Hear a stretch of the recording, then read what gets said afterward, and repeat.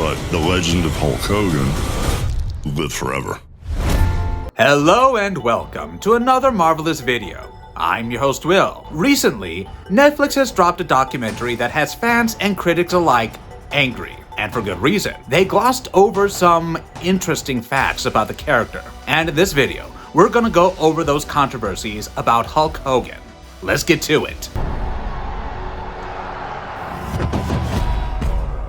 Hulk Hogan is one of those names that almost everyone has a strong opinion on. In the 1980s, the man was untouchable. He was absolutely a cultural phenomenon who transcended wrestling and became one of the most recognizable faces on the planet. Then the 90s came around, and people started seeing the cracks. The steroid scandal, the backstage political games, the ego that seemed to grow bigger than the character itself. He had a bit of a revival in the late 90s as Hollywood Hogan in WCW, which was genuinely brilliant. But by the mid-2000s, most fans had seen enough to know exactly what kind of person was hiding behind that red and yellow bandana. Now, Netflix has released a 4-part documentary called Hulk Hogan, Real American. And unfortunately for Netflix, it is receiving some serious flack from fans and critics alike, with a lot of people calling it a feeble attempt at whitewashing Hulk's image rather than an honest examination of his life. The consensus is pretty clear. The documentary touched on the controversies just enough to say it did, and then moved on as quickly as possible. So today, we are going to do what Netflix wouldn't. Here are the 7 biggest controversies in Hulk Hogan's life that the documentary barely touched upon. Let's get to it, shall we? The racial slur scandal. Alright, let's start with the elephant in the room. The one thing that, no matter what you think of Hulk Hogan, whether as a wrestler or whether as a cultural icon, you simply cannot talk about this controversy. It was actually a 2-in-1 controversy. Let me explain. In 2015, a sex tape was leaked, and on that tape, Hulk Hogan was heard using the N-word repeatedly. And not just that, he was talking about his own daughter Brooke's boyfriend, a black man named Yannick Barker, and saying things that no amount of "I was raised in a different time" can really clean up. This led to WWE firing him on the same day the story broke and gave him the Chris Benoit treatment. Yep, they quietly erased him from their Hall of Fame and completely stopped mentioning him in WWE programs, like he'd never existed. Now, before anyone rushes to the comments saying, "But they did cover this in the commentary." Yes, technically they did. I'm not going to pretend otherwise. But here's my problem with it. This is a 4-hour documentary. 4 full hours about this man's life. And this particular moment, which is arguably the single most damaging controversy of his entire career, gets under 2 minutes of screen time. That feels like a joke to me. And when Hogan does speak about it on camera, this is essentially what you get. I got very hot about a situation, used a word. That's it. That's the apology. Used a word. My brother in Christ, you used a word about your own daughter's partner on a secret recording while nobody was watching. That is not a heat of the moment thing, brother. And here's what makes the documentary's handling of this even harder to defend. Not a single black WWE wrestler was interviewed for it. Nada. In a career that spanned decades in a locker room full of black athletes who worked alongside this man, the filmmakers couldn't find anyone to sit across from a camera and speak honestly, or maybe they just didn't look too hard. He stabbed every WWE wrestler in the back. Next up, we have a Hogan controversy that most old school fans know, but just doesn't get nearly enough airtime. And the fact that the Netflix documentary skips it almost entirely is, quite honestly, one of the most telling omissions in the whole 4 hours. Because this one isn't about something Hogan said in private. This is something he did deliberately, and that too to the people he worked with every single day. Cast your mind back to the early days of WWE. I'm talking about the not so awesome 80s when the wrestlers had no union or health care. If you got injured, that was your problem. If Vince McMahon decided he was done with you, you were done. And one man decided he'd had enough of that. My boy Cooper from Predator.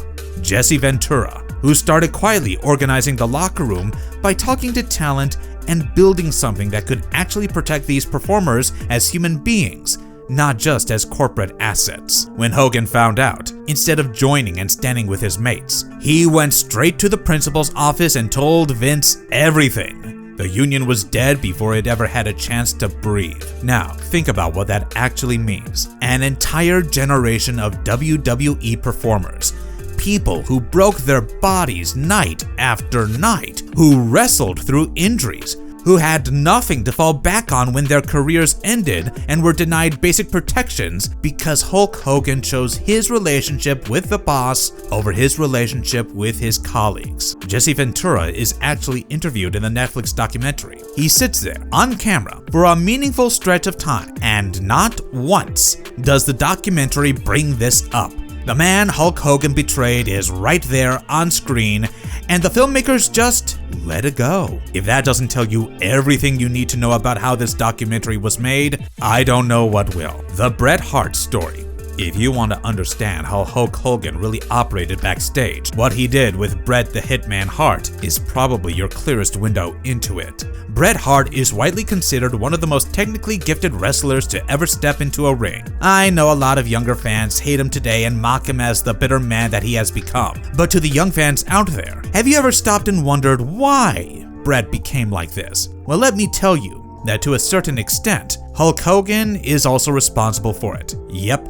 I mean, we're talking about the best there is, the best there was, and the best there will ever be. And by the early 90s, WWE was in a dire need of a transition. It was about time that the torch passed from the Hulk Hogan era to a new generation of talent. Everyone knew Bret Hart was the right person to receive it. Most people in that locker room knew it, including Vince McMahon, and most importantly, Hulk knew it too, which is precisely why he made sure it didn't happen the way it should have. Now, the Netflix documentary does briefly touch on the WrestleMania 9 incident, precisely the moment where Hogan showed up, in the end with a mysterious black eye, inserted himself into the main event, and walked out as the WWE champion for a 5th time, after Bret had worked the entire night as the centerpiece of that show. The way this sequence is framed in the docu makes you think it was just one of those things that happen in wrestling rather than a calculated political move that derailed Bret Hart's momentum at a critical point in his career. I'll be honest, the documentary does a great job in acknowledging the friction between the two men, but never goes deep enough to spell out how, and more importantly, what Hogan's backstage politics actually cost Hart over the years. Hogan has publicly admitted on multiple occasions that he refused to do a clean job for Bret,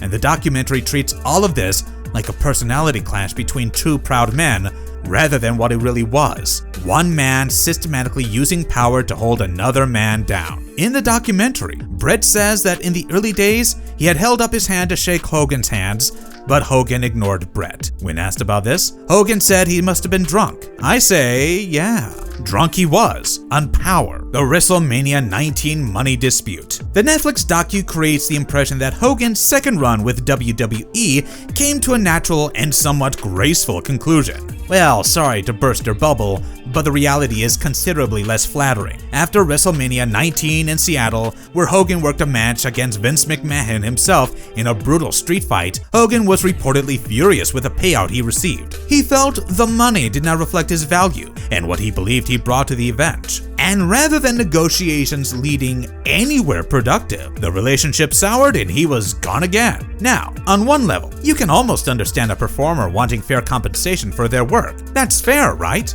But if your age is above 35, you will know surely that this was a pattern with Hogan throughout his career. Money and positioning were always at the center of his decisions.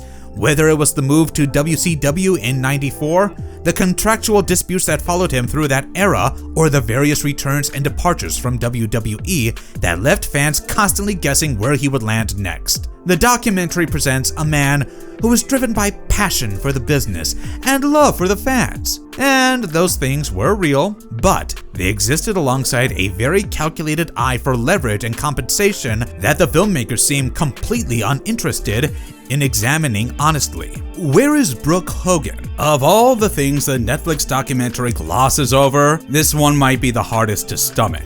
That's right, because this one isn't about backstage politics or a petty contract dispute. It's something far more sensitive. I am talking about the relationship between a father and his daughter. Brooke Hogan, the famous daughter of Hulk, is completely absent from this documentary, and once you understand why, the decision to leave her out starts to feel less like an oversight and more like a very deliberate choice to protect the image the filmmakers were building. Brooke and Hulk were estranged for the final years of his life. When Hulk passed away in July 2025, she found out through a text her husband received from her brother Nick. That's how estranged they were. Hulk never even got to meet Brooke's twins, his own grandchildren, who were born only 6 months before he died. Unfortunately, Brooke had asked to be removed from his will before his death, and in the months that followed, she came forward publicly and described what it was like growing up in that household. She said she went through verbal, mental, and also physical abuse while growing up. Her exact words were that she had been treated as a pawn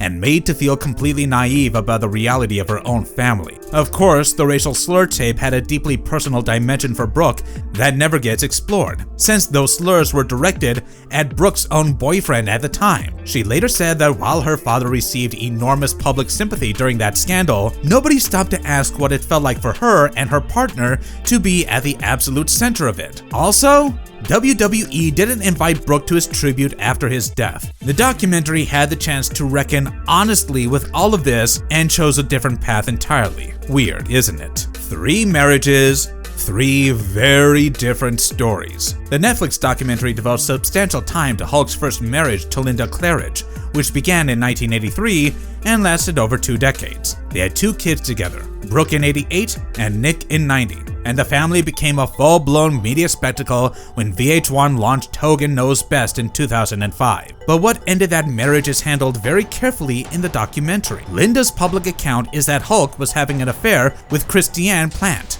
his own daughter's best friend. Linda described him as a complete liar and also a sex addict, and she walked away from the divorce with 70% of everything, leaving Hulk claiming he was essentially bankrupt. Then comes wife number 2, Jennifer McDaniel, whom the documentary barely acknowledges. They got together almost immediately after the Linda divorce was finalized, married in December 2010, and stayed together for over a decade. That marriage fell apart in 2021, reportedly also due to an extramarital affair scandal, and their divorce was finalized in 2022. Jennifer kept their home in Palm Island, Florida. Hulk kept the Clearwater mansion, and the documentary somehow forgets about her completely.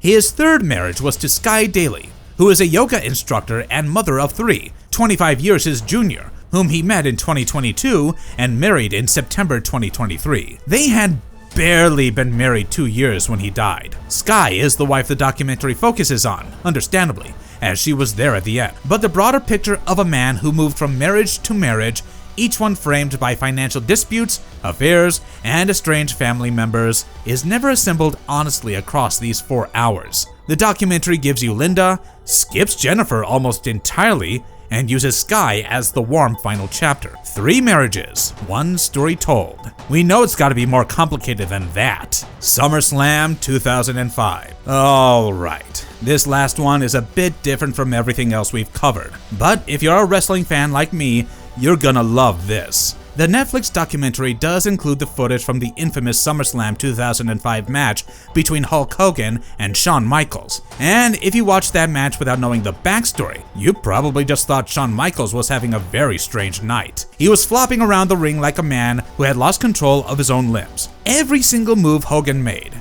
HBK sold as if he'd been hit by a truck or a freight train. I mean, come on, see for yourself. He was flying across the ring, crashing into corners, throwing himself about with this absolutely theatrical energy that looked nothing like his usual work. It was bizarre yet hilarious to watch, and the documentary shows footage from it without ever once explaining what was actually going on, except for the Hogan comment that Shawn decides to oversell and made the whole thing into a joke, but why bother?